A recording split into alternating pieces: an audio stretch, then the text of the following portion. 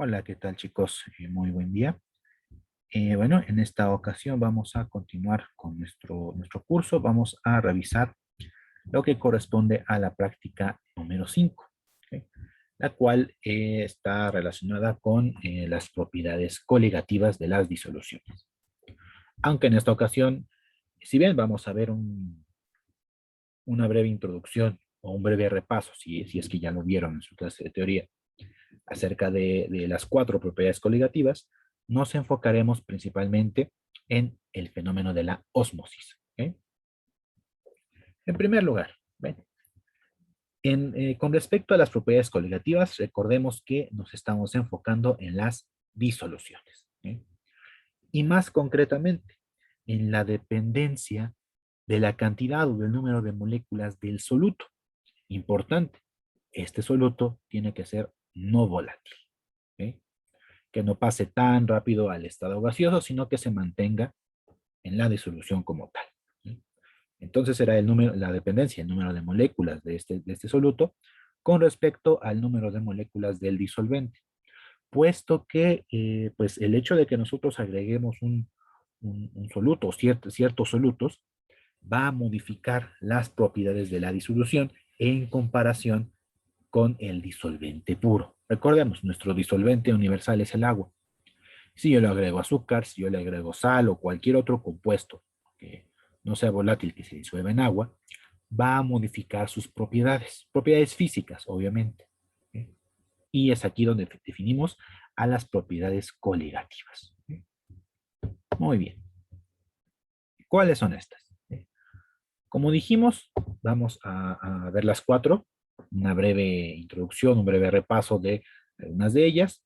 Me enfocaré un poquito más en la ósmosis, puesto que es el objetivo de esta sesión, de esta práctica. ¿Sí? Y bueno, aquí las tenemos, ¿no? ¿Qué es lo que ocurre, por ejemplo, con la presión de vapor? ¿Sí? En este caso veremos que cuando agrego un soluto a una disolución, pues va a disminuir la presión de vapor. ¿Sí? Con el punto de ebullición, bueno, este va a aumentar. ¿Sí? Disminuirá el punto de congelación y pues veremos qué efecto provoca, por ejemplo, en la ósmosis. Es decir, hablaremos un poco de la presión osmótica. ¿Ok? Veremos rápidamente cada una de ellas con algún ejercicio bastante sencillo, ¿ok? Para que podamos comprender, ¿no? el fenómeno como tal. ¿Ok? En primer lugar, hablaremos de la presión de vapor, bueno, de la disminución de la presión de vapor. ¿Ok? Ahí muestro lo correspondiente. ¿Qué estamos viendo aquí? Por ejemplo, vamos a pensar que estas son moléculas de agua. ¿Ok? Y este fenómeno lo podemos ver muy fácilmente, por ejemplo, cuando después de una lluvia, en donde se forman los charcos, ¿ok? El mismo día o al día siguiente, vemos que la cantidad de agua en el charquito ya disminuyó o pues ya desapareció completamente. ¿Esto a qué se debe? Bueno, a que poco a poco las moléculas, en este caso del agua, que se encuentran más superficiales, pues tienen menos interacciones con sus vecinas, ¿no? Sus moléculas vecinas, por lo que tienen la tendencia a escaparse, ¿no? Como lo vemos aquí. Vemos la tendencia de las moléculas de agua a escaparse. Lo que nosotros lo traducimos como, pues, como que poco a poco se va evaporando. Y así, bueno, obviamente aquí estamos viendo moléculas bastante bueno, pocas moléculas, ¿no? En escala microscópica. Pero a escala macro, pues son millones y millones de moléculas las que están sufriendo este fenómeno. Es decir, se están escapando. Y esto se debe principalmente a la presión de vapor, la cual depende obviamente de la temperatura, depende de la concentración, depende de algunos otros factores externos. ¿Sí? Entonces, la presión de vapor me explica este fenómeno, ¿no? Que nosotros vemos que poco a poco, en este ejemplo cotidiano, que un charco pues se va evaporando, ¿no? Debido a la presencia de la presión de vapor. ¿Sí? ¿Qué pasa si, por ejemplo, coloco un soluto, esta esferita verde que nosotros vemos aquí? Bueno, pues las moléculas del agua que están más en la superficie tendrán más interacciones con este soluto. ¿Sí? Y al haber más interacciones, más atracciones, difícilmente o menos comúnmente veremos el escape, ¿no? de algunas moléculas de agua. Entonces, la presencia de un soluto no volátil hace que se incrementen las interacciones entre las moléculas del disolvente superficiales, haciendo que entonces disminuya la cantidad de moléculas que puedan escapar. ¿Eh? Eso es, disminuye la presión de vapor. Bien, vamos de este lado. ¿Eh? La presión de vapor se explica si nosotros expresamos una concentración en fracción mol. ¿Eh? Simplemente es una relación del número de moles, ya sea del soluto o del disolvente, con respecto al número de moles totales. ¿Eh? Como lo tengo aquí abajo. ¿Eh? XS se refiere a la fracción mol del soluto y XD se representa a la fracción mol del disolvente, la cual la definimos de esta manera. ¿Eh? Fracción mol soluto, número de moles del soluto entre número de moles totales, es decir, soluto más disolvente. ¿Eh? Fracción mol disolvente, pues el número de moles del disolvente entre el número de moles totales. ¿Eh? La fracción de vapor depende de las fracciones molares de las diferentes componentes de la mezcla. ¿Sí? Por medio de esta ley, que obviamente no la vamos a deducir, nada de esto, la ley de Raoult, podemos definir, por ejemplo, a la presión a la fracción mol del soluto o del disolvente, dependiendo de lo que nos interese, como una relación de presiones. La presión, comparando la presión del disolvente puro en relación con la presión de la disolución, es decir, cuando ya tenemos al soluto en el disolvente. Esta ley me dice, o bueno, de esta ley puedo deducir que la fracción mol del soluto la puedo definir como una relación, una división, entre la presión de vapor del disolvente puro menos la presión del vapor del disolvente, de la disolución, o como un delta P, como lo vemos de este lado, dividida entre la presión de vapor del disolvente. Es como una especie, si lo quisieran ver de alguna manera, como una especie de porcentaje de error, ¿no? En donde calculamos, por ejemplo, cantidad teórica menos la cantidad experimental entre la cantidad teórica por 100. Una relación con cierta analogía con eso, ¿no? Si lo quieren ver de esa manera. ¿Sí? En donde la P solita, la presión del vapor del disolvente puro, sería, por ejemplo, la presión base, ¿no? La teórica. ¿Sí? La de la disolución sería la experimental, entre comillas. ¿Sí? Y bueno, lo dividimos entre el teórico y listo. Entonces, eso es equivalente a la fracción mol del soluto. O simplemente lo escribo de esta manera. ¿Sí? Y con esto, pues la ley de Raoult me menciona esto, ¿sí? Que la diferencia de presión de vapor entre la disolución y el disolvente puro es igual a la fracción mol del soluto multiplicada por la presión de vapor del disolvente puro. ¿Sí? Esto desde el punto de vista del soluto. ¿Qué pasa con el disolvente? Pues la presión de vapor de la disolución, aquí estoy hablando de la diferencia y aquí solamente de la disolución, será igual a la fracción molar del disolvente multiplicada por la presión de vapor del disolvente puro. ¿Eh? Vemos aquí estas dos expresiones dependiendo de lo que nos interese, si nos interesa estudiar al soluto o al disolvente. Si estudio al soluto, yo voy a obtener la diferencia. Es decir, cuánto disminuyó con respecto a al disolvente puro. Y aquí voy a obtener, por ejemplo, la presión de vapor de la disolución como tal. Vamos a aclararlo un poco mejor con un ejemplito, como el que tengo acá abajo. ¿Okay? Vamos a utilizar todo esto. La presión de vapor la podemos encontrar en diferentes unidades. Por ejemplo, digamos que para el agua, la presión de vapor puede estar, por ejemplo, en milímetros de mercurio, puede estar en pascales, puede estar en torricellis, etc. ¿Ok? Vamos a considerar, si no me equivoco, si no en un momento reviso rápidamente, si no me equivoco, los torricellis son unidades análogas o muy semejantes a lo que serían, por ejemplo, los milímetros de mercurio. ¿Ok?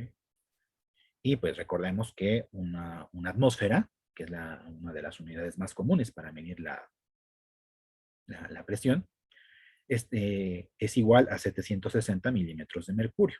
¿Ok?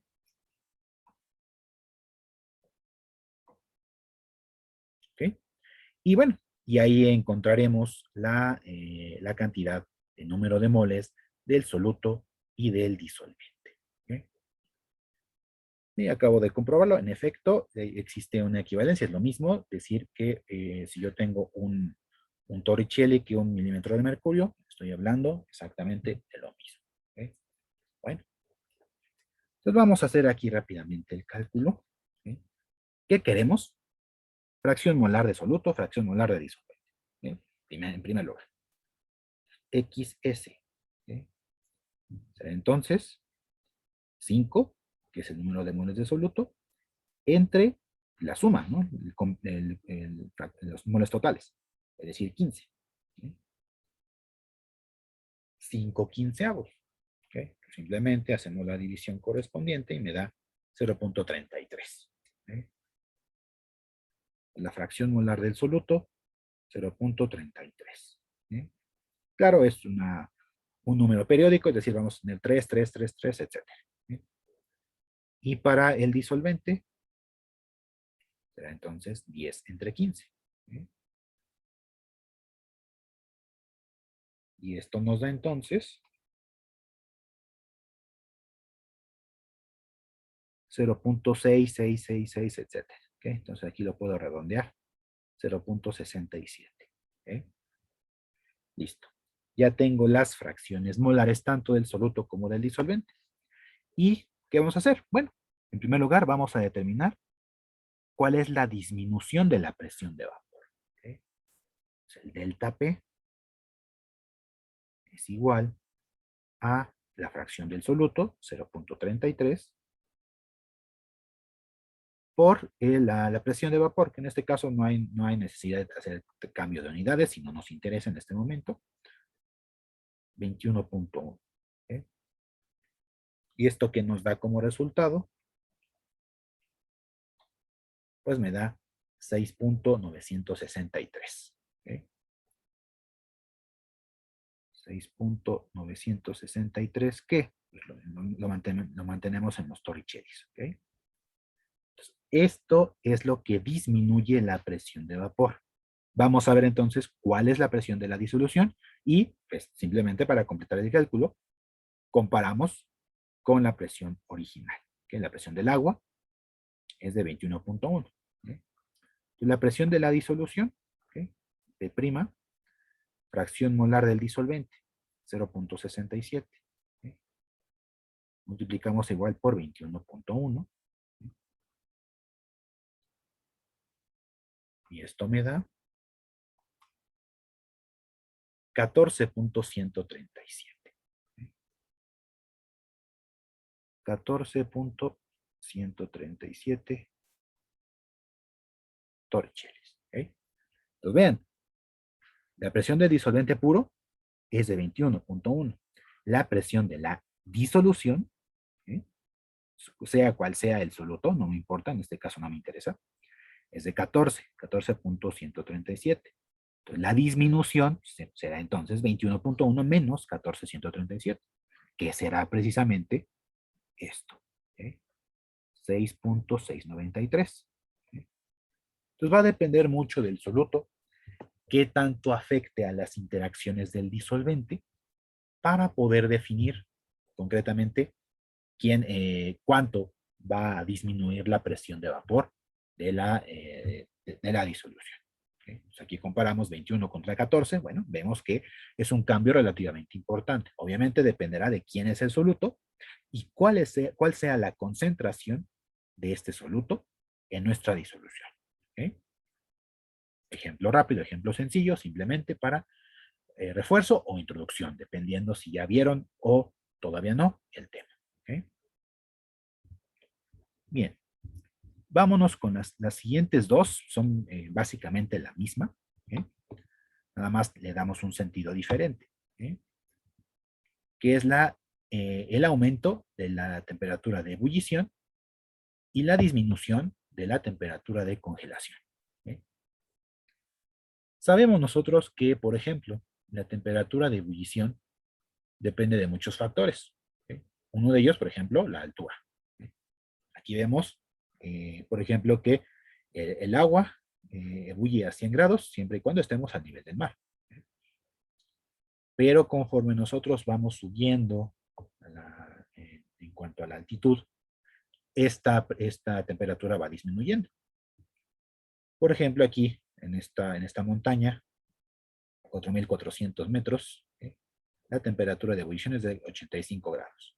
O en el Monte Everest, ¿no? Que baja hasta 71.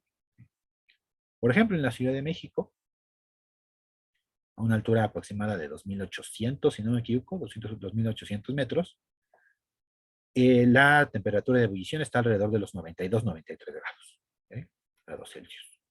Vamos ahí para que lo tomen como referencia. Pero no solamente la presión afecta a la temperatura de ebullición, la presión o la altura, sino también el hecho de que nosotros agreguemos un soluto. Lo mismo, al agregar un soluto, ¿qué es lo que está ocurriendo? Están aumentando las interacciones de las moléculas del disolvente con el soluto. Y esto hace que me cueste más trabajo pasar al estado gaseoso cuando aumento la temperatura. Porque tengo que vencer primero esas interacciones y ya después empezará a ebullir. Por lo tanto, entonces, aumentará la temperatura de ebullición de una disolución en comparación con el disolvente puro. ¿Okay? El caso contrario ocurrirá para la temperatura de congelación. ¿Okay? Tendrá que liberar más energía el sistema para pasar entonces del estado líquido al estado sólido. ¿Sí? Tendrá que haber un intercambio mayor de energía, puesto que, recordemos, como hay más interacciones, al disminuirla, pues voy a tener que disminuir todavía más la temperatura para bajar esta cantidad de interacciones en comparación con el disolvente puro. ¿Sí? En un momento vamos a ver una especie de resumen en donde por medio del llamado diagrama de fases, esperando que lo conozcan, podemos ver qué es lo que está ocurriendo con al menos tres de las propiedades coligativas. ¿Okay? Con este diagrama de fases creo que nos queda un poco más claro, ¿no? Qué es lo que sucede conforme yo aumento o yo introduzco una cierta cantidad de soluto. ¿Okay? Bueno. Y bueno, en cuanto a este caso, ¿no? De la disminución del punto de congelación, punto de solidificación, un ejemplo que nos encontramos de manera cotidiana es, digamos, cuando las personas, ¿no? Que venden helados en la calle. ¿Okay? Bueno, tal vez ustedes ya hayan hecho helados caseros, ¿no? Sabrán que, por ejemplo, para enfriar ahora sí que nuestro alimento como tal, se coloca un recipiente con hielo y a ese hielo le agregamos sal común, cloruro de sodio. Esto provoca que entonces la temperatura comience a bajar, ¿okay? Dependiendo obviamente de condiciones, pero también de la cantidad de sal agregada, ¿okay? Que disminuya y obviamente que pues esté mucho más frío el sistema. ¿Okay? Bueno, ¿cómo medimos esto? ¿Cómo medimos cuánto aumenta el punto de ebullición y cuánto disminuye el punto de congelación? Bueno, para eso están aquí estas dos ecuaciones, que como ven como son muy similares, las considero de una vez al mismo tiempo. Delta TB es el aumento, cuánto está aumentando la temperatura de ebullición. Y este aumento va a depender de una constante, KB, que se conoce como la constante ebulloscópica. Y M se refiere a la concentración molal, la molalidad, que está definida como el número de moles de soluto por cada kilogramo del disolvente.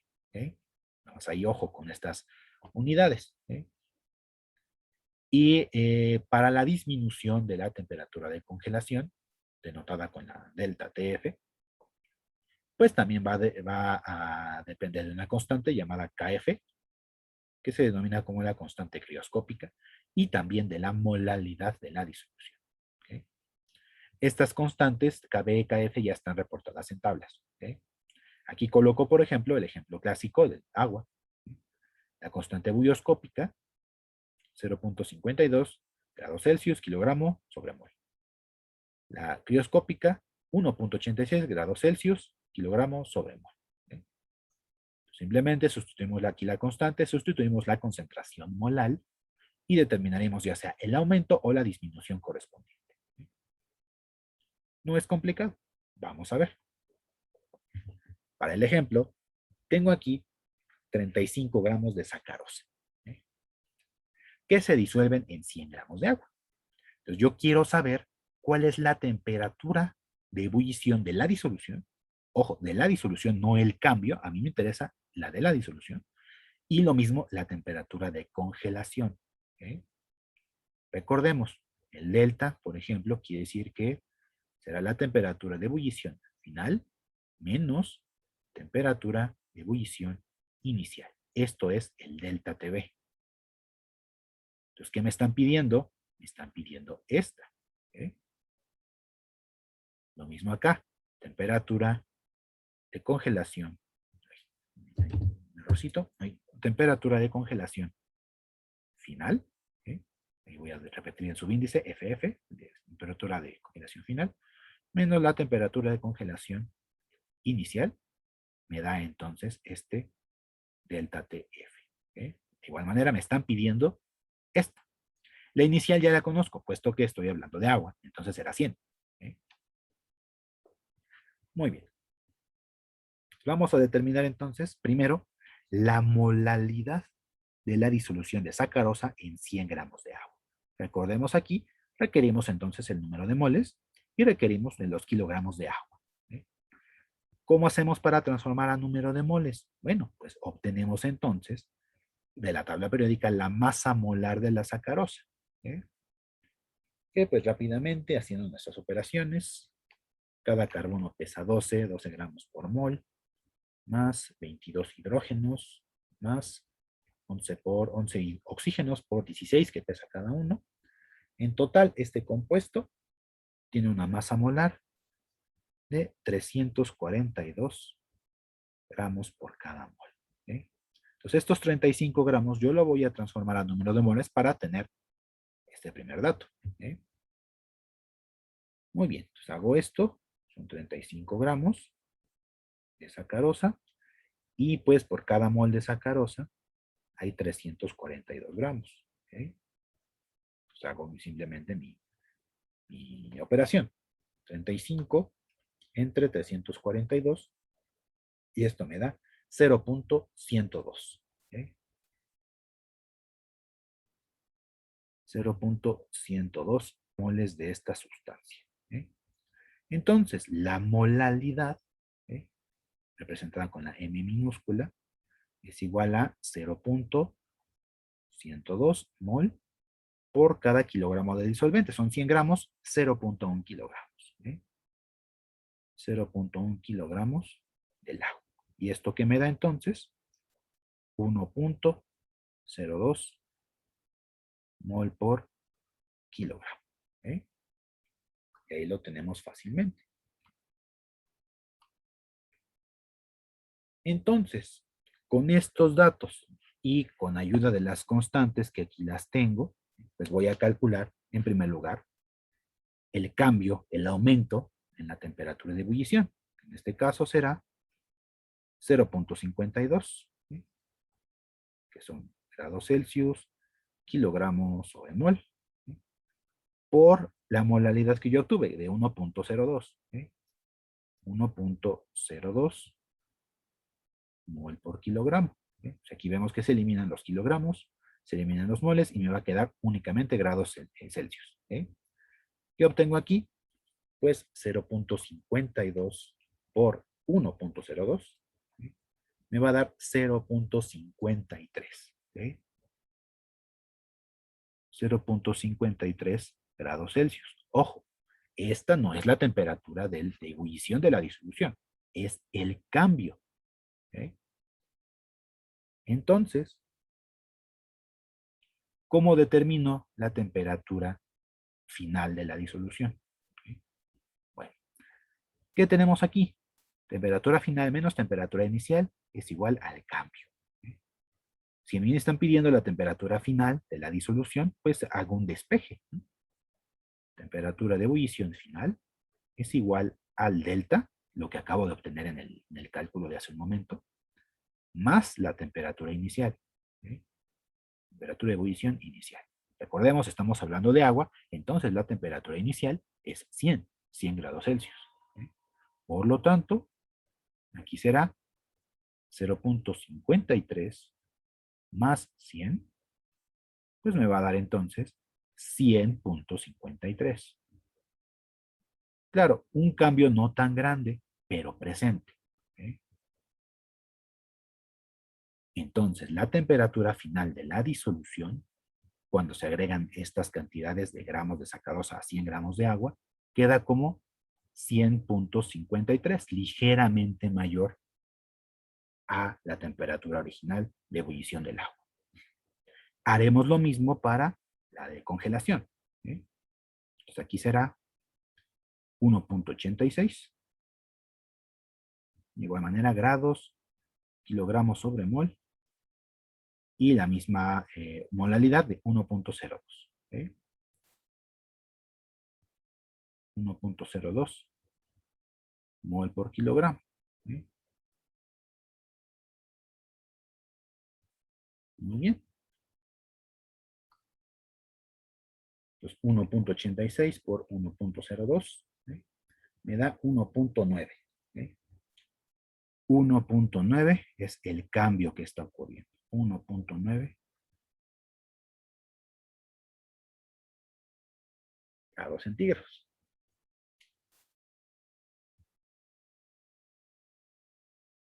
Entonces nada más aquí, ojo, como estamos hablando de una disminución del punto de congelación, ¿cuál es nuestra referencia? Nuestra referencia son los 0 grados, ¿eh? 0 grados Celsius. Esto es la temperatura de congelación del agua, ¿eh? Pero como estamos hablando de una disminución de 1.9, entonces lo que nos corresponderá será entonces 0 menos 1.9. ¿Por qué menos? Porque está disminuyendo, ¿eh? Entonces al final me va a quedar como menos 1.9 grados Celsius, ¿eh?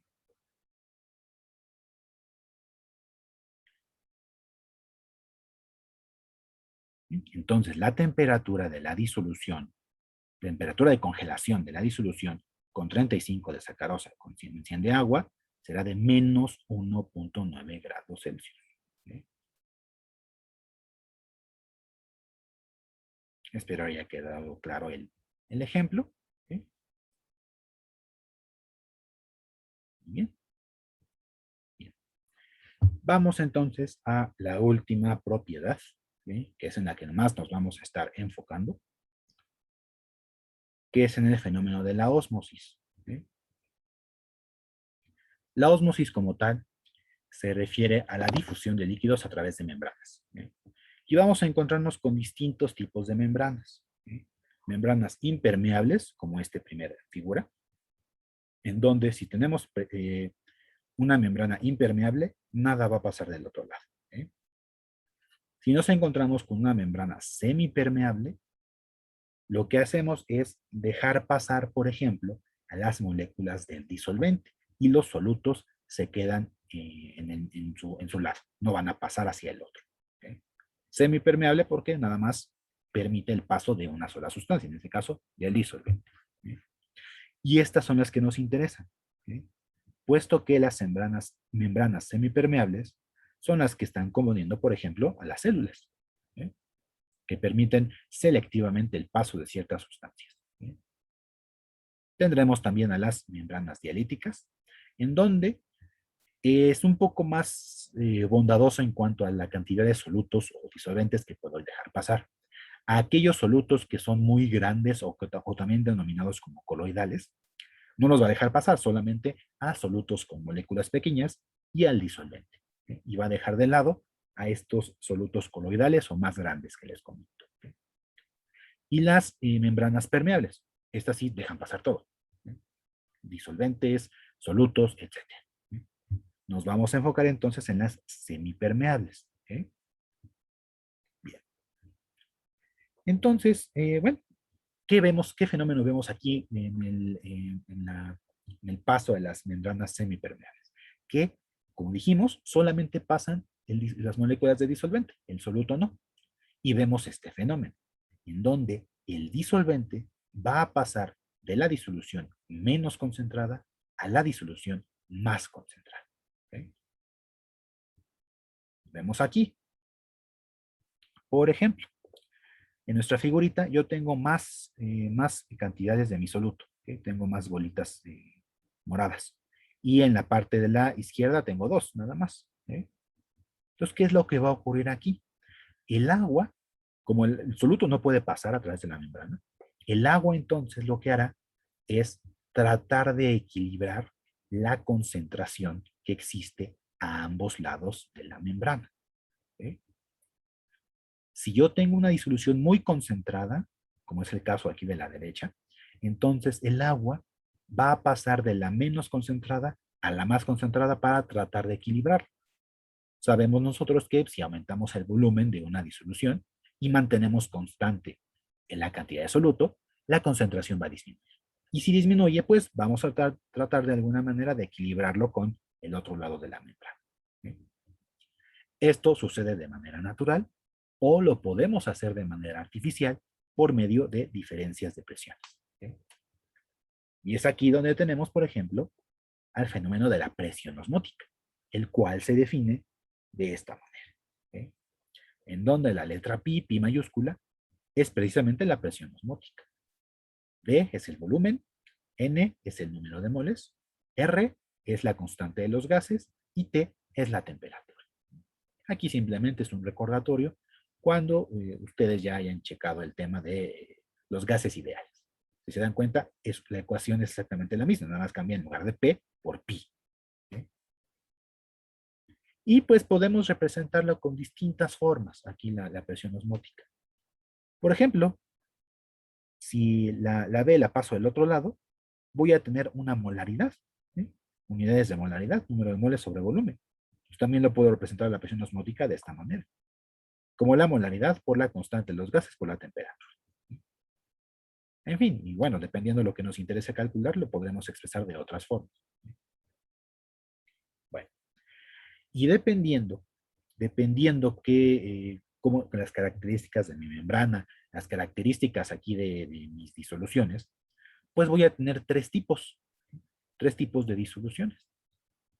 Muy importante que recordemos esto. ¿Sí?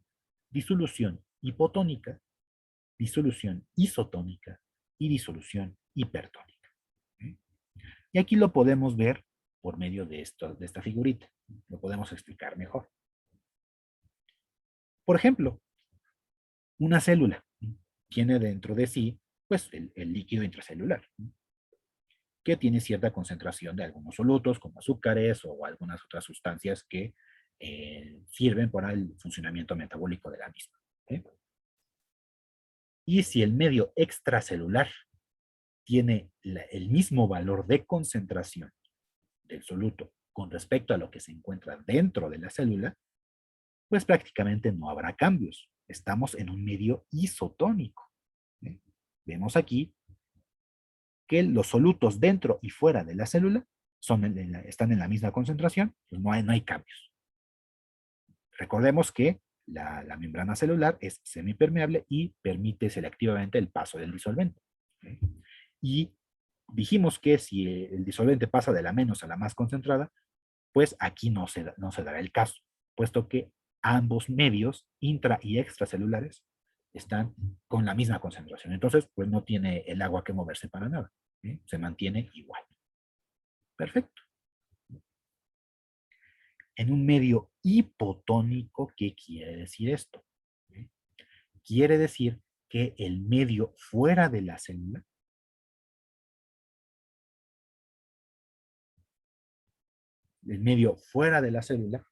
tiene una concentración muy diferente a la que se encuentra dentro de la célula. ¿Eh? Dentro de la célula habrá una mayor cantidad de soluto. ¿Eh? ¿Y qué dijimos? El agua pasa de la menos a la más concentrada. Y si hay mayor concentración dentro de la célula, entonces el agua va a tener la tendencia a ingresar a la célula, provocando este efecto, que se hinche. Estamos en un medio hipotónico, ¿okay? Porque el medio es menos concentrado de lo que está dentro de la célula. ¿Okay? Por otra parte, estaremos, por ejemplo, en un medio hipertónico, en donde las cosas cambian. ¿Okay? El medio extracelular, lo que se encuentra alrededor de la célula, está más concentrado, más concentrado que la célula por dentro. ¿Okay? Entonces, el agua de la célula va a tener la tendencia a salir para intentar equilibrar el medio tan concentrado sobre el cual está rodeada la célula, provocando que se arrugue. ¿Sí? O, en otras palabras, que se deshidrate, que está perdiendo agua. ¿Sí? ¿Vale? Entonces esto nos lleva, por ejemplo, a situaciones bastante interesantes que pues muy probablemente ustedes hayan oído, ¿no?, hablar acerca de algunos productos comerciales que dicen, ¿no?, principalmente para los deportistas, ¿no?, que estamos hablando de, por ejemplo, bebidas isotónicas, bebidas hipertónicas, bebidas hipotónicas. ¿Okay? Por ejemplo, una bebida isotónica simplemente es para mantener un balance, un equilibrio entre la cantidad de electrolitos que nosotros tenemos ya de por sí dentro de las células y pues lo que estamos ingresando. Entonces, tratamos de mantener este equilibrio para que no haya ningún problema. ¿Okay? ¿Qué pasa si nosotros estamos deshidratados? ¿Okay? Si nosotros estamos deshidratados, nos hacen falta electrolitos. ¿Okay? Nos hacen falta de estas sustancias para mantener nuestro buen funcionamiento.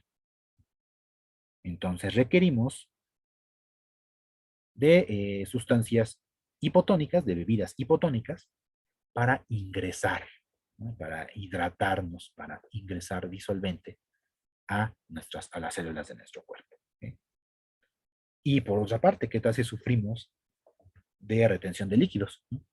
Quiere decir que entonces requerimos de otro tipo de bebidas, como las hipertónicas, para que entonces nuestro cuerpo expulse una mayor cantidad de agua posible y ya pues ya la desechemos a través de la orina o a través del sudor. ¿Okay? Entonces va a depender mucho, ¿no?, de en qué situación nos encontremos. Por supuesto, no soy médico, no soy nutriólogo, puesto que muy probablemente lo que acabo de decir tiene algunas imprecisiones, evidentemente. ¿Sí? Pero pues basándome únicamente en el fenómeno que ocurre para los diferentes medios, hipotónico, isotónico, hipertónico, bueno, podemos dar ahí ciertas hipótesis. ¿Okay? Si alguno de ustedes, bueno, conoce un poco más al respecto, pues podría compartirlo a través del grupo de Facebook y así todos estamos enterados. ¿Sí? Bien. Bueno, les voy a mostrarles este cuadro, esta figura que les mencionaba acerca de cómo es que por medio del diagrama de fases nos vamos a dar cuenta de qué es lo que ocurre con la presión, con las temperaturas. ¿Okay? En un momento haremos un ejemplo de aplicación de la presión osmótica, así como lo hice con las propiedades anteriores. ¿Okay? Me regreso de este lado. Listo. Aquí vemos este diagrama de fases. ¿Ok? Un diagrama de fases genérico, sin importarme demasiado la sustancia. Pues recordemos, ¿no?, que un diagrama de fases involucra allí los diferentes estados de agregación, sólido, líquido, gaseoso. ¿Ok? En donde, por ejemplo, nos encontramos con el punto triple, un punto bastante interesante de estudiar, en donde vemos que se trata de una determinada presión y una determinada temperatura en la que los tres estados de agregación están al mismo tiempo. ¿Sí? Es bastante interesante de ver. Es muy difícil llegar, obviamente, de manera experimental, pero una vez que lo hacemos, es bastante interesante de observar, ¿no? Que tenemos ahí sólido, líquido y gas en un mismo medio al mismo tiempo. ¿Sí? Bueno, entonces la línea verde que estamos viendo es el efecto que produce el hecho de que nosotros agreguemos un soluto. ¿Sí? Está bajando aquí esta línea. ¿Y qué fenómeno podemos observar? Por ejemplo, la línea que conecta al sólido y un líquido, que es esta vertical que vemos acá, pasamos de este punto, ¿sí?, este cambio de sólido a líquido, a este de la izquierda. ¿Sí? Entonces vemos una disminución o un retroceso de la temperatura de congelación. ¿Sí? Por el otro lado, vemos que la línea verde me provoca un aumento. Aquí, en este punto, yo tenía mi temperatura de ebullición normal, inicial del disolvente puro. Y ahora, con la disolución, pues provoca este aumento que estamos viendo aquí. Y finalmente, si a un cierto valor de presión, que lo que tengo aquí en el eje Y, tengo a mi presión del disolvente puro, también cuando baja aquí la línea por el hecho de que nosotros estamos agregando un soluto, pues vemos que también su presión estará disminuyendo. Es decir, disminuye la presión de vapor de la disolución con respecto al disolvente puro. Entonces, por medio de este diagrama de fases podemos explicar todo esto. Simplemente recordando que el hecho de que nosotros agreguemos un soluto desplaza aquí las líneas de eh, cambio de estado o cambio de fase, de sólido a líquido o de líquido a gas. ¿Okay? Bien. Ahora, ¿qué pasa con la presión osmótica? La presión osmótica pues no está incluida aquí, pero tiene obviamente eh, efectos interesantes. ¿Okay? Vamos a verlo aquí con esta figura. ¿Okay? Una aplicación muy importante de la ósmosis o presión osmótica como tal, dependiendo de lo que nos interese, es que, bueno, recordemos cómo va este fenómeno de la ósmosis. ¿Sí? Tenemos una membrana semipermeable en donde solamente pasa el disolvente. Y vean acá, el agua pasará de la disolución menos concentrada a la más concentrada, es decir, en este sentido. ¿Sí? Eso es lo que ocurriría de manera natural. Pero, por ejemplo, yo puedo aplicar una presión de manera artificial de este lado para provocar el efecto contrario. ¿Eh? Para que el disolvente pase hacia el otro lado. Es decir, estoy hablando del fenómeno de la ósmosis inversa. ¿Y esto para qué me sirve? Tiene muchísimas aplicaciones. Una de ellas es, por ejemplo, la purificación de agua. Porque si yo tengo, digamos, agua de mar, ¿no?, que contiene una gran cantidad de sales, minerales, etc., por medio de este procedimiento, en donde si hago pasar esta agua de manera artificial por medio de una membrana semipermeable, pues del otro lado va a pasar únicamente el agua. ¿Eh? Y no van a pasar estos solutos que están disueltos en el agua de mar, por ejemplo, haciendo que yo tenga del otro lado agua purificada. Por supuesto, debo mantener un balance porque, por ejemplo, el agua completamente pura tampoco es buena. Debe tener cierta cantidad de sales para que pues nuestro metabolismo funcione adecuadamente. ¿Sí? Bueno, entonces vemos que el fenómeno de ósmosis inversa puede ser Muy útil, por ejemplo, para generar agua potable, ¿no? A partir del agua de mar. Ya que eso implique la generación de costos excesiva, bueno, ya será cuestión de que nosotros, conforme pase el tiempo, pues vayamos mejorando nuestra tecnología, nuestros métodos y nuestras técnicas para pues abaratar, ¿no?, el costo de la desalinización del agua, ¿eh? Y transformar agua salina en agua potable, ¿eh? Cosa que pues resulta de bastante interés, muy importante, puesto que pues cada vez somos más, ¿no? Cada vez requerimos más recursos, pues debemos buscar las formas en que podamos aplicar aquí nuestros conocimientos, aquí en este caso, algo bastante simple, ¿no? Como es el fenómeno de la ósmosis, nos puede ayudar mucho, ¿sí? Y claro, y todos estos fenómenos están ocurriendo constantemente dentro de nosotros, ¿sí? Intercambio de líquidos en nuestro organismo, en las diferentes células, intercambio de nutrientes, ¿sí? Bueno, ahora sí vamos a ver un ejemplo de presión osmótica, ¿sí? Tengo aquí este problemita, ¿sí? Se nos dice, ¿no?, que se preparan 250 mililitros de una disolución con 0,934 gramos de una proteína. No me dicen cuál, ¿eh? La que sea. Y por medio de un análisis como el que veíamos hace un momento para medir presiones osmóticas y todo esto, pues se nos dice, ¿no?, que esta disolución tiene una presión osmótica de 612 milímetros de mercurio a 25 grados Celsius. La pregunta es, ¿cuál es la masa molar de la proteína? Esto tal vez hasta les haga sonar un poco raro, ¿no? Si no han revisado este tema. Aquí encuentro mucho la analogía, ¿no?, de que, por ejemplo, ¿no?, de estas imágenes que hay en internet, ¿no?, a manera de broma, ¿no?, en donde vemos en clase algo así como que muy sencillo, ¿no? 1 más 1, 2, ¿no? Y en un examen, ¿no? 1 más 1, 2, ¿cuál es la masa del Sol? ¿No? Algo así se me hace este tipo de problemas, ¿sí? Pero pues vamos a ver que no hay mucho problema al momento de resolverlo, ¿sí?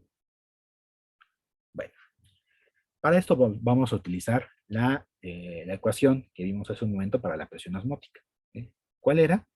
Que era algo similar a las leyes de los gases, ¿no?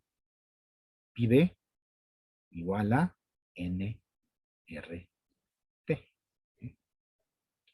Pi ya lo conocemos, B también, son los 250 mililitros, N no lo sabemos, sería nuestra incógnita en este caso.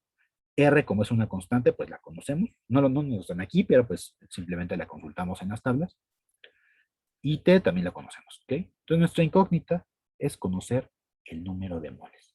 ¿Por qué el número de moles? Bueno, recordemos, ¿cuál es el concepto de la masa molar? Es el número de gramos de una sustancia por cada mol, ¿sí? Entonces yo lo que voy a determinar es el número de moles, es decir, esto. Y el problema ya me está dando esto. Son los 0,934. ¿Sí? Entonces, al determinar número de moles y simplemente lo divido acá con respecto a la masa, yo voy a obtener entonces la masa molar de la proteína, ¿sí? Y listo. No hay más que hacer. Por lo tanto, mi ecuación me queda de esta manera, ¿sí? Pi B entre RT. Ahora, ojo, hay que hacer cambios de unidades, ¿sí? ¿Por qué?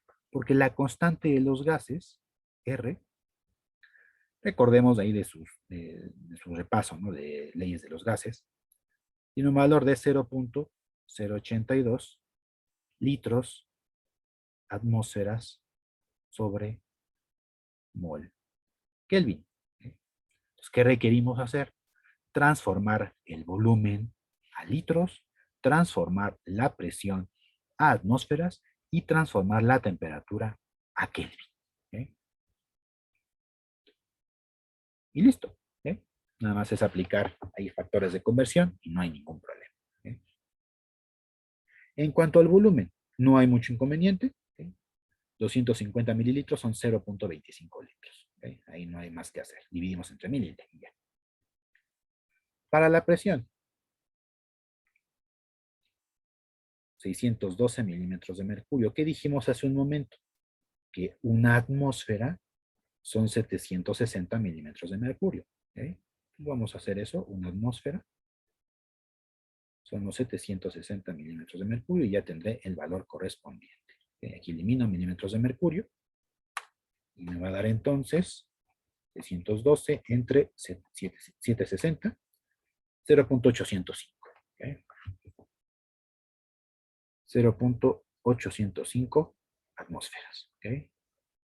Ya casi, me falta la temperatura. ¿Ok? Temperatura.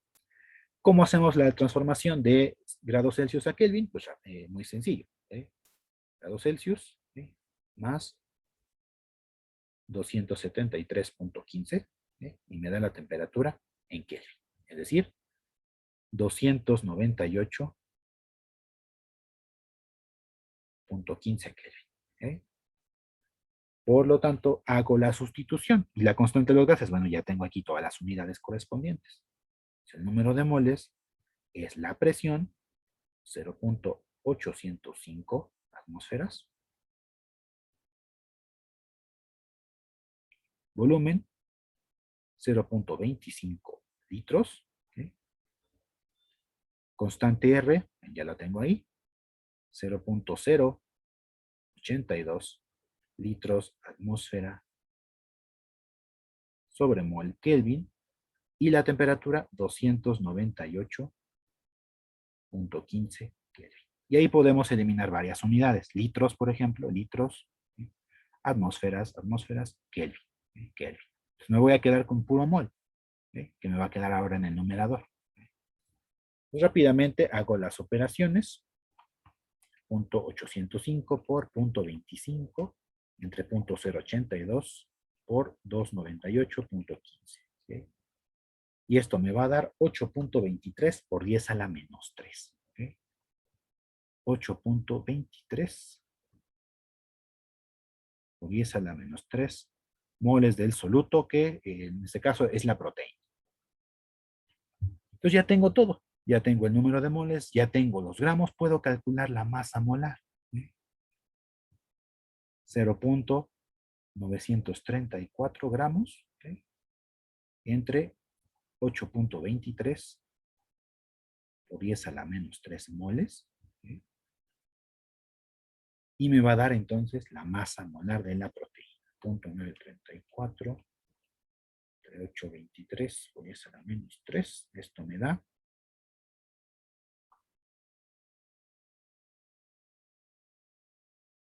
113. Déjenme revisar si tengo mi cálculo correcto, no me voy a equivocar. ¿Okay?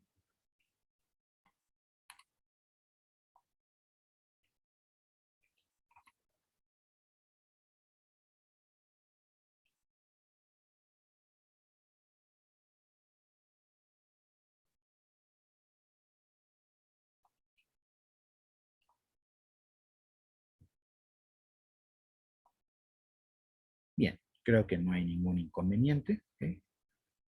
Obtuve 113.46. ¿Okay?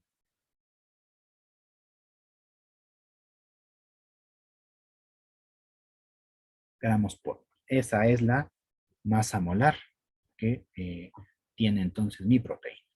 Que para el caso de una proteína, esta es una masa molar bastante bajita. ¿Ok? Obviamente. Va a depender de nuevo de los volúmenes, de las masas, de todas mis condiciones, para determinar si, por ejemplo, masas molares de otras biomoléculas, ¿no? Lípidos, proteínas, carbohidratos, etc. ¿Okay? Normalmente las masas molares de las biomoléculas involucradas en el metabolismo son mucho más grandes, no 113. Pueden ser de 11.000, pueden ser de 100.000, pues prácticamente 1.000.000, ¿no? Dependiendo del tipo de molécula que tengamos. ¿Okay? Aquí pues un ejemplo nada más de aplicación de la presión osmótica. ¿Okay? Muy bien. Bueno, entonces ya basta de estar revisando pura teoría. Simplemente fue un repaso o una introducción a lo que ustedes estarán o vieron en clase de teoría. Pues vamos a ver el experimento. Para este caso, para esta práctica, yo tengo contemplados dos experimentos, así que ustedes pueden hacer en casa de forma simple, sin mucho inconveniente. Y lo mismo de siempre, el simulador. ¿Okay? Vamos a ver en qué consisten estos experimentos en casa. El experimento 1, ustedes van a utilizar, por ejemplo, papas.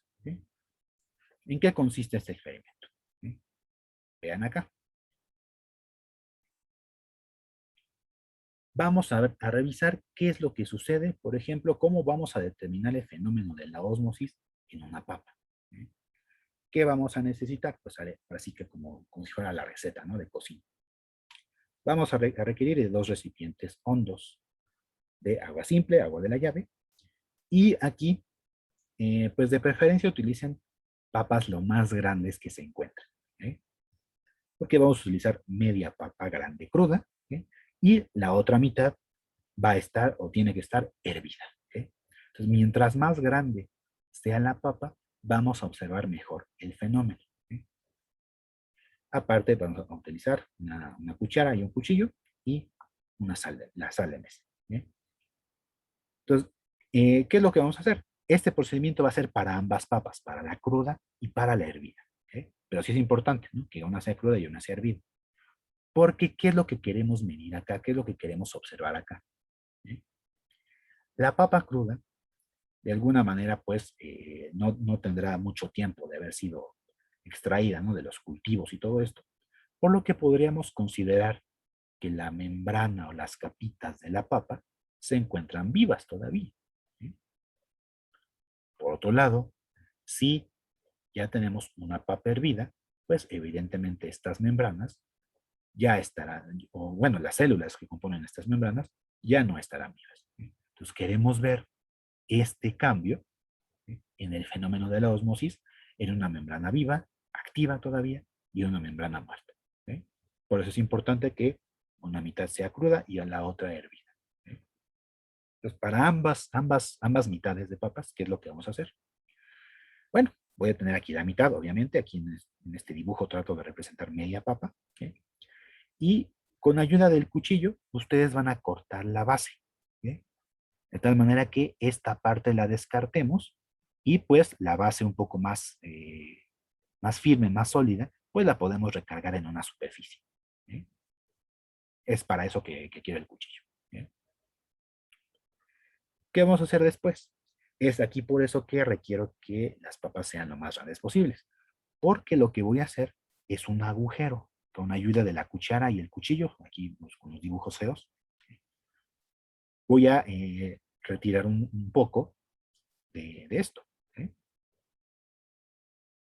del centro de la papa. O como lo podemos ver aquí de esta manera, debe haber un agujero en el centro. Mucho ojo, este agujero debe estar, no hay una medida precisa porque va a depender del tamaño de la papa, ¿okay? Pero no tiene que estar tan cerca de las orillas y obviamente tampoco la tienen que atravesar. Nada más debe tener un agujero. ¿Okay? Un agujero hondo, de preferencia, pero sin que llegue a atravesar, sin que llegue a tocar las paredes. Eso es importante. Una vez que tengan los agujeros para cada papa, ustedes lo que van a hacer es introducirla a un recipiente, ¿okay? Con agua, ¿okay? De tal manera que el agua solamente llegue a la mitad de esta media papa.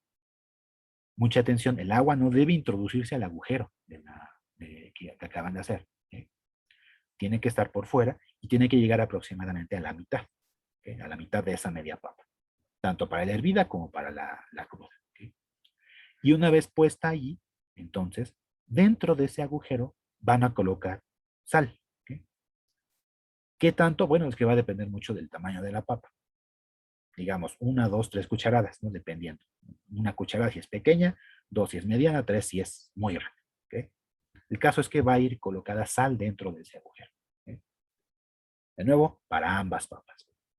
Después, ustedes van a dejar reposar. ¿Okay? Obviamente van a tomar sus observaciones en una especie de bitácora como tal o en su documento donde van a entregar su informe, ¿okay? Para que anoten las características de las papas iniciales. Cómo las ven ustedes, consistencia, todo esto, etc. ¿Okay? Posteriormente, van a dejar en los dos recipientes unas horas, ¿okay? Y pues van a hacer observaciones, ¿okay? A las 3, a las 5 o a las 7 horas, dependiendo, ¿okay? Y esto pues lo van a hacer durante todo un día. ¿Ok? Para dar ya un valor concreto, para que no haya ningún inconveniente, vamos a hacer observaciones cada 3 horas. ¿Ok? Cada 3 horas, y simplemente ustedes pueden anotar cómo es que ustedes aprecian ambas papas, y también pues pueden agregar evidencia fotográfica, ¿ok? Colocando, por ejemplo, la hora y todo eso para que vayan llevando un control, ¿ok? Y que por medio de las observaciones que ustedes hagan, ustedes se den cuenta de la diferencia de tener una membrana activa, una membrana viva, papa cruda, y una membrana muerta, la papa hervida. ¿Eh? Si se presenta o no el fenómeno de ósmosis en alguna de las dos papas. ¿Eh? O no se presenta ninguna, o se presenta en las dos. Bueno, eso ya será cuestión de que hagan ustedes sus conclusiones al respecto, ¿eh? Con ayuda de alguna investigación previa que ustedes hagan del fenómeno de la ósmosis. ¿Eh? Vemos que es un ejemplo bastante simple, muy sencillo. ¿Eh? Este es el primero. ¿Eh? Va el siguiente experimento, en donde vamos a revisar esta parte de las disoluciones hipotónicas, isotónicas e hipertónicas. De igual manera vamos a utilizar papas. Aquí no tan grandes, aquí ya es un tamaño un poco más moderado, incluso hasta pequeñito. Muy bien. O también podrían utilizar manzana.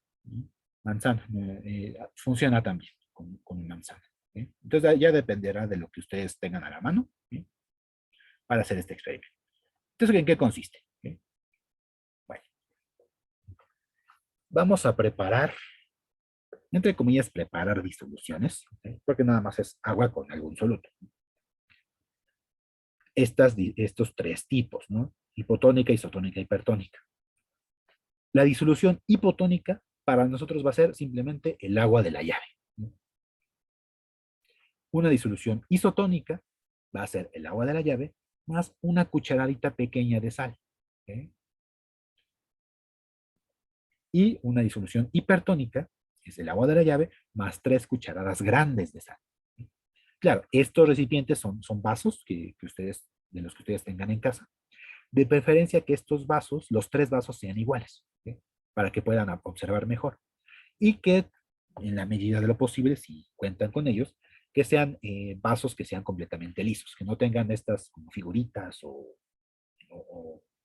o algún arte, ¿no? Que sean completamente lisos, completamente transparentes, para que puedan ver qué es lo que está ocurriendo.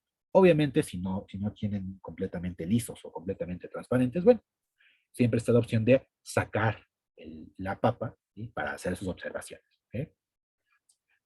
Bueno, ¿de qué tamaño los vasos? Pues de los normales, pueden ser de un cuarto de 100 mililitros, no importa. El caso es que uno de ellos va a ser únicamente agua de la llave, solución hipotónica. Pueden, al momento de que hagan su evidencia fotográfica, pueden etiquetar sus vasos, ¿no? Anotando es hipotónica, isotónica, hipertónica. ¿Eh? En la siguiente, de igual manera que sea la misma cantidad de agua para todos los vasos, ¿eh? Van a colocar una cucharadita pequeña de sal, de estas cafeteras. Con una es suficiente. ¿Eh? Y la solución hipertónica, ustedes ahí sí van a tratar de saturar lo más posible el agua con cucharadas de sal. ¿Eh? Por supuesto, la sal la van a disolver por completo. ¿Eh? Si queda un exceso, bueno, entonces simplemente la separan con una cuchara o lo que sea. El caso es que únicamente tenga disoluciones y no mezclas heterogéneas. ¿Eh? ¿Y qué es lo que van a hacer? De una papa convencional, normalita, van a cortar 3 rodajas, de tal forma que traten ustedes de que mantengan el mismo tamaño y el mismo grosor, para que no haya variación en las observaciones. ¿Eh? Entonces, que sean del mismo tamaño, mismo grosor, 3 rodajitas de papa. ¿Eh? Y las van a introducir en cada vasito. ¿Eh? Y así como en el caso en el experimento anterior, van a ir haciendo sus observaciones. Observaciones iniciales, anotan fecha y hora, ¿okay? Características de las disoluciones, características de las rodajitas de papa. Repito, como dije hace un momento, puede ser manzana, ¿okay? Funcionando o debe funcionar igual. ¿Okay? ¿Y qué es lo que van a hacer? Bueno, registran sus observaciones iniciales y cada 5 horas, el primer día, van a hacer estas mediciones. ¿Ok? Bueno, mediciones, bueno, más bien observaciones. ¿Ok? ¿Qué es lo que van a notar? Pues el aspecto de la papa o la manzana, la textura, ¿ok? No pasa nada si la tocan, ¿ok? La textura, y si es posible, sus medidas, ¿ok? Para que nosotros veamos si está ocurriendo el efecto que veíamos de este lado. ¿Ok? Esto que veíamos con las disoluciones hipotónicas, isotónicas e hipertónicas. Vamos a ver si en efecto está sucediendo eso. ¿Ok?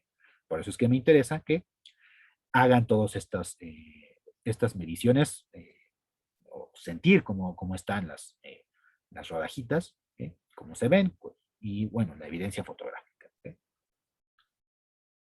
Bueno, entonces cada 5 horas el primer día y a partir del segundo, cada 12. ¿Ok? Y esto lo harán durante 5 días. O si ustedes notan que ya se está echando a perder, bueno, entonces hasta ahí van a detener el experimento. ¿Ok? Pero pues si se puede, si no se echa a perder ni ocurre nada, pues durante 5 días. ¿Ok? Y a partir del segundo, cada 12 horas van a hacer sus observaciones para saber qué es lo que está ocurriendo. ¿Ok? Si se hace el experimento de manera correcta, veremos que en un caso la rodajita de papa o manzana no va a cambiar en todo este tiempo. Y ustedes definirán en cuál es, en hipotónica, isotónica, hipertónica. Va a haber otra en la que pues, la rodajita se va a hinchar, va a aumentar de tamaño. Pues, igual ustedes definirán a qué tipo de disolución pertenece. ¿Sí? Y la otra pues se va a hacer más pequeñita, se va a deshidratar. ¿Sí? De igual manera, ustedes harán sus observaciones y conclusiones al respecto. ¿Ok? Listo. Estos son los dos experimentos que me gustaría que hagan. ¿Sí? Y bueno, y como les digo, ustedes van a ir agregando evidencias fotográficas de todas sus observaciones, aparte de sus apreciaciones, ¿no? Cómo es que la sienten, su aspecto, textura, si se puede medidas, etcétera. ¿Eh?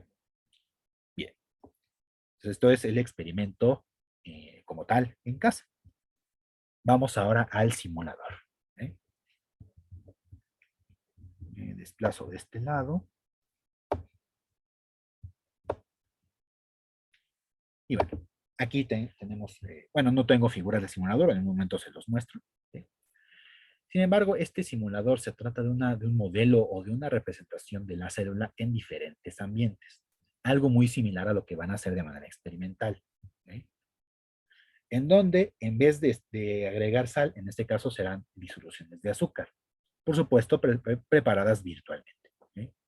Y estas disoluciones de azúcar van a representar el medio externo de la célula. ¿Sí?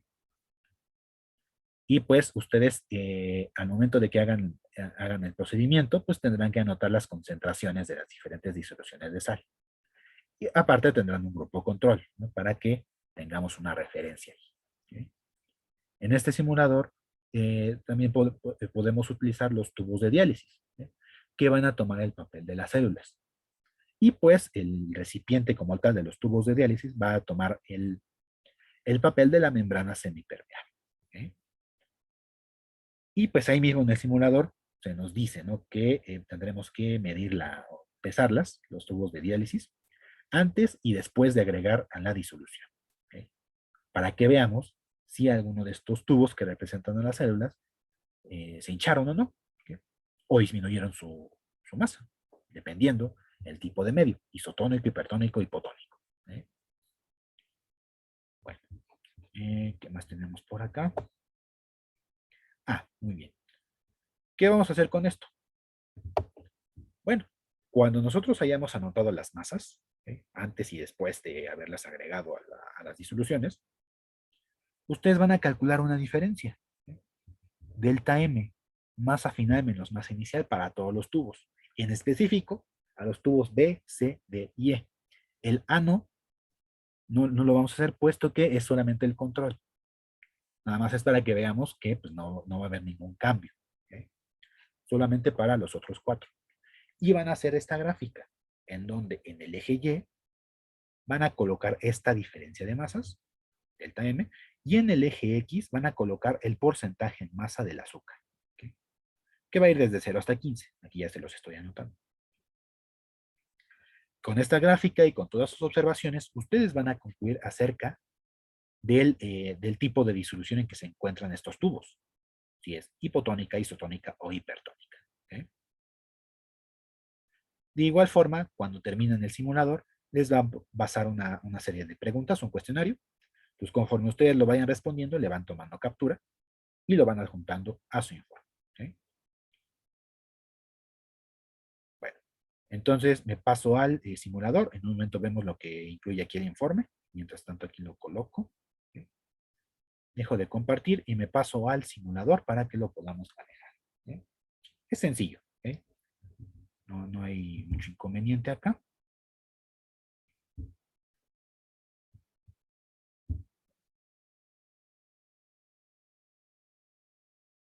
Hay unos segunditos. Recuerden que aquí mi computadora anda un poco lenta. Pero bueno, ahí esperamos a que se cargue el simulador como tal. Por supuesto, en la descripción del video les voy a dejar el sitio web de este simulador. ¿Okay? Listo. ¿Okay? Pues vamos a comenzar aquí con la simulación de la ósmosis en una célula. ¿Okay? O el modelo que me representa esto. ¿Okay? Listo. Y aquí tenemos la pregunta, ¿no? ¿Qué le sucede a la célula cuando se encuentra en diferentes ambientes? ¿Okay? Continuar. ¿Okay? Listo. ¿Okay? Entonces vamos, bueno, aquí en el simulador se van a utilizar diferentes disoluciones con diferentes concentraciones de azúcar, que como les mencionaba, representan el medio externo de la célula. ¿Okay?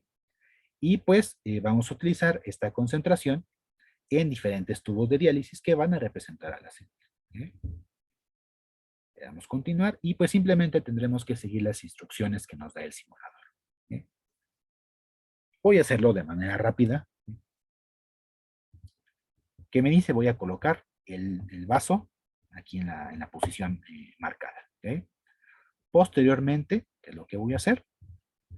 Que me dice las instrucciones, voy a llenarlo con la probeta. ¿Okay? Listo. Ahí lo hacemos. ¿Okay? Y esta será nuestro tubo control. ¿Okay? Nuestra muestra control. ¿Okay? Simplemente lo regresamos. ¿Okay? Vamos a hacer lo mismo para, ahora sí, nuestros experimentos. Como les digo, del B al E. ¿Okay? Voy a colocar acá mi vaso. ¿Okay? Lo voy a llenar con agua. ¿Okay? Y lo regreso. ¿Okay? Esta va a ser mi primer experimento en donde voy a tener una concentración de 0% de azúcar. Que vean, no agregué ningún soluto. ¿Okay? Ahora vean para estos lo que voy a hacer. ¿Okay? Voy a agregar el C, le agrego su cantidad de agua. ¿Okay? Y ahora sí, voy a medir una cierta cantidad de azúcar. ¿Okay?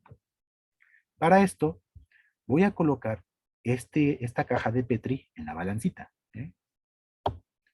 Y la voy a tarar, ¿no? Para que lo dejen cero. ¿Okay?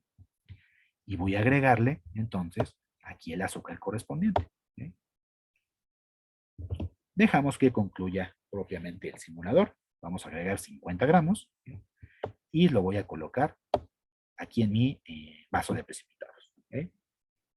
Ya agregué los 50 y con ayuda del agitador, ¿okay? Pues simplemente voy a tratar de disolver toda la masa de azúcar. ¿Okay? Listo. ¿Okay? Entonces de nuevo, regreso mi vaso a su lugar. ¿Okay? Y esta disolución es al 5% de azúcar. ¿Okay? Haré lo mismo con el resto. ¿Okay? Es el mismo procedimiento. ¿Okay? El vaso, le agrego el agua. ¿Okay? Posteriormente voy a pesar ahora 10 gramos de azúcar. ¿Okay? La caja de Petri, la taro a cero, agrego ahora, no, 100 gramos de azúcar, perdón, no 10 gramos. ¿Okay? Listo, ya están mis 100 gramos. Las introduzco en mi vaso de precipitados. ¿Okay? Y el agito. ¿Okay? Para disolver toda la muestra. ¿Okay? Y claro, aquí lo tengo que hacer todo poco a poco para que podamos ver aquí los diferentes pasos del simulador, porque si no, no me da acceso.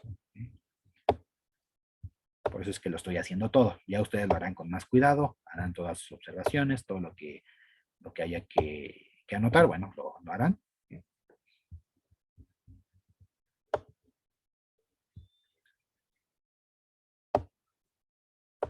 O sea, de lo siguiente para ahora medir 150 gramos.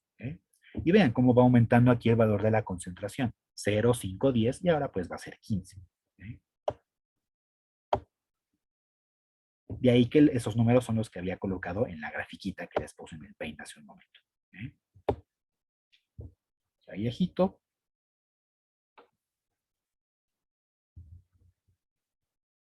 Simplemente espero. Listo.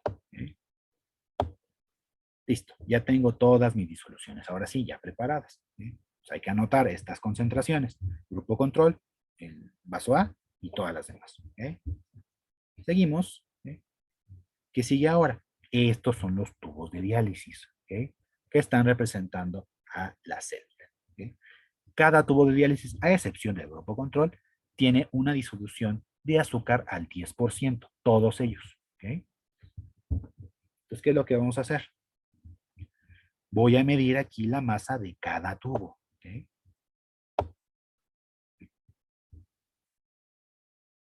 Si ya me da acceso, ahí está. Voy a medir aquí la masa de cada tubo. Registro ese dato. Y una vez que registré en la masa, pues voy a colocar el tubo en el primer vaso. Haré lo mismo para los demás. Registro cuál es la masa y va al siguiente vaso. Y así me sigo con todas. Peso y paso al vaso.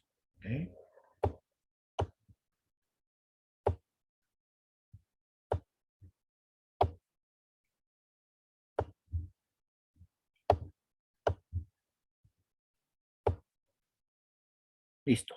Ya concluí con todas las masas. Estas masas que están registradas acá son antes de agregarlas al vaso. Entonces, de ahí lo que les mencionaba es la masa inicial.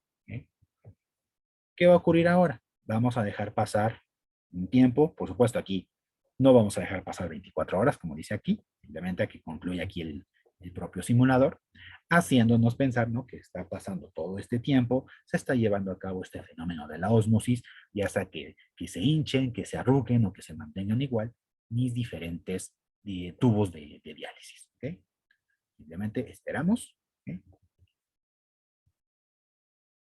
Y pues lo que va a ocurrir después es que pues yo voy a tener que medir la masa, pesar los diferentes tubos, pero ya después de haber completado el proceso de la ósmosis, para saber en qué medio se encuentran mis células, ¿no?, artificiales.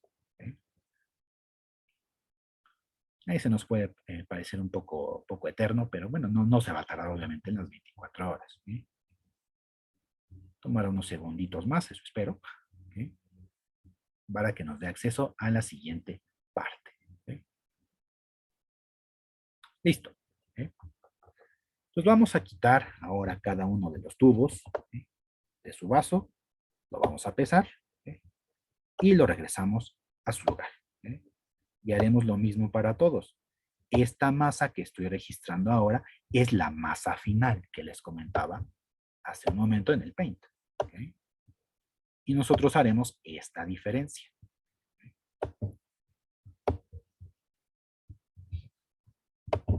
Por supuesto, muy probablemente ustedes obtengan otros datos, no necesariamente los mismos, entonces para que ustedes también repitan el experimento.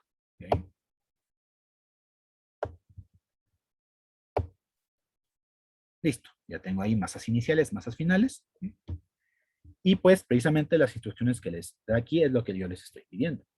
Que calculen la diferencia de la masa inicial y masa final y hagan esta gráfica con respecto a la diferencia de masas en el eje y la concentración de las disoluciones de azúcar en el eje X. Recuerden que iba de 0, 10, no, 0, 5, 10 y 15. Y listo, haremos nuestras conclusiones al respecto, con respecto al medio, si era hipotónico, hipertónico, isotónico. ¿Okay? Y pues ya aquí, pues ya nos manda el cuestionario. ¿Okay? Ya hasta ahí lo voy a dejar. Ya una vez que concluyamos al responder estas preguntas, bueno, ustedes le irán tomando captura y las irán adjuntando a su trabajo. ¿Okay? Bueno, pues vemos que no es complicado el uso de este simulador, ¿okay? Pero es importante, ¿no? Que lo conozcamos. ¿Okay? Listo, me paso acá de nuevo al Paint.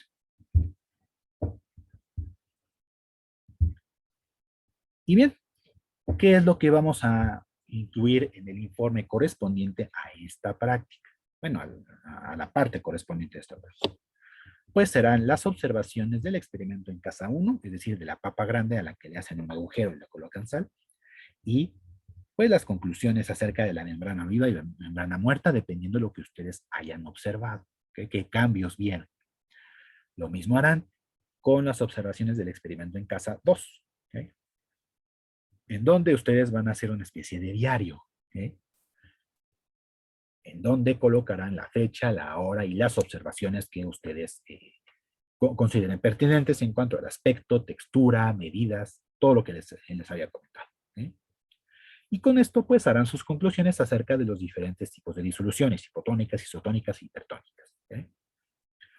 Y para el caso del simulador, pues ustedes incluirán los datos, las gráficas en un archivo aparte y aparte las capturas, ¿no? Ahí en el informe como tal. ¿Okay?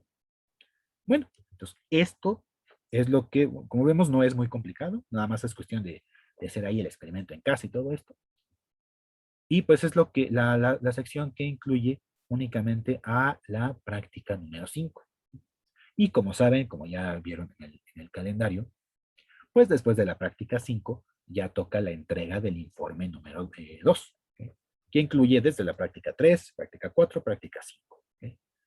En cada uno de los videos de esas prácticas yo les fui indicando qué requiero que hagan. ¿Okay? De tal forma que al final, considerando estas 3 prácticas, pues ya tendremos nuestro informe número 2. ¿Okay? ¿Qué es lo que va a incluir? Ya lo saben, su portada, su tabla de contenido y pues lo correspondiente a lo que yo les fui pidiendo en cada video, ¿no? Práctica 3, práctica 4 y lo que acabo de decir de práctica 5. ¿Okay? Por supuesto, cada una con sus cálculos y resultados y pues todo lo que incluya gráficas, esto lo van a incluir aparte en una hoja de cálculo. Aquí sí es importante que no vayan a enviar varias hojas de cálculo, varios archivos distintos. Ustedes sabrán, ¿no? Que en el mismo Excel, en la parte de abajo, les muestra, ¿no? Hoja 1, hoja 2 y hoja 3. Bueno, pues ahí mismo, ¿no? Le ponen ahí práctica 3, práctica 4, práctica 5, ¿sí? Para que sea en un solo archivo de Excel, nada más diferenciado ahí por las hojas. ¿Sí? Para que sea en el mismo archivo y ya ahí yo voy viendo ahí su trabajo en cuanto a las gráficas generadas. ¿Sí? Y ahí les pongo, ¿no? En una hoja por práctica. ¿Sí? Y finalmente, pues, tenemos aquí las conclusiones generales, ¿okay? De las 3 prácticas, ¿okay? Los rombos de seguridad con las sustancias involucradas en cada una de estas. Por supuesto, en esta prácticamente no hay mucho que colocar más que la sal y el azúcar. ¿Okay? Entonces aquí no hay mucho más de rombos que añadir. Obviamente, pues lo mismo de las otras, ¿no? Sus referencias y su reporte de página. ¿Okay? Nada más ahí, ojo, como vieron en esta especie de retroalimentación que hice a través del grupo de Facebook, pues ahí yo les escribo, ¿no? Que el reporte de plagio va incluido en el mismo informe, no en un documento aparte. ¿Okay? Nada más ahí para que lo tomen en cuenta. Y claro, no olviden el nombre del archivo y formato y todo esto, lo que ya platicamos previamente. ¿Okay? Bueno, entonces, pues esto sería todo para esta sesión, para esta práctica. No olviden también checar ahí su calendario, puesto que ya se va acercando el primer examen parcial. Por lo tanto, voy a hacer una especie de pausa, ¿okay? Para que antes de subir, por ejemplo, el video correspondiente a la práctica número 6, ¿ok? Pues ustedes tengan tiempo de repasar, tengan ustedes tiempo de generar sus dudas, de preguntarme a través del grupo de Facebook y de ahí lo vamos checando. ¿Ok? Nada más vean bien cuándo es la fecha de la presentación del examen parcial, ¿ok? Voy a dar un intervalo de días para que lo puedan resolver, ¿ok? Y pues no habrá ningún problema. ¿Ok? Bueno, chicos, entonces hasta aquí lo dejamos. Recuerden que pues, todas las dudas que tengan las podemos checar en el grupo de Facebook. ¿Ok? Entonces que se encuentren muy bien y pues nos vemos pronto.